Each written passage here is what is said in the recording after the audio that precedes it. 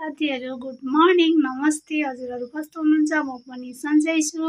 हजुरहरू पनि सन्चै हुनुहुन्छ भन्ने आशाका साथ आज नयाँ दिन नयाँ भिडियो स्टार्ट गरिसकेको छु। म चाहिँ उठिसकेँ, अब लुगासुगा मिलाउँछु होइन, सुतेर यति बताउनुमा छ ओछ्यानहरू मिलाउँछु अनि खानासाना पकाएर खाना खाने। आज चाहिँ हाम्रो पसल पनि जानु पर्दैन, छुट्टीको दिन। के गर्छु म हजुरहरूलाई सबै देखाउँछु है त।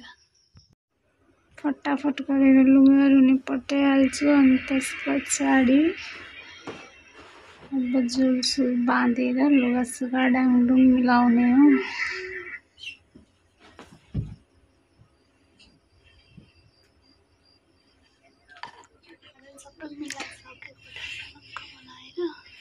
अनि अब खानासाना पस्किएर खाना पनि खान्छौँ।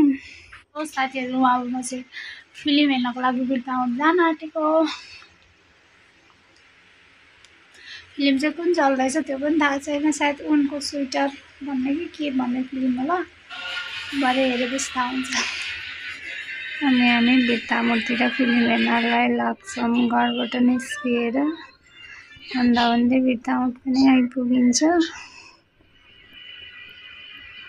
घरबाट चाहिँ आयो होइन, तर मान्छे कोही छैन घरमा, चल्छ कि चल्दैन। चाहिँ उनको स्वेटर चलिरहेको रहेछ,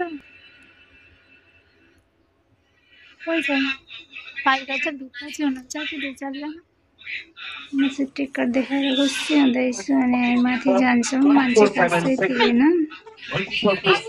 अनि अलिकति भिडियो खिचेर फिल्म पनि हेरिसकिन्छ अनि खाजासाजा खाएर आजको दिन यति नै सकिन्छ।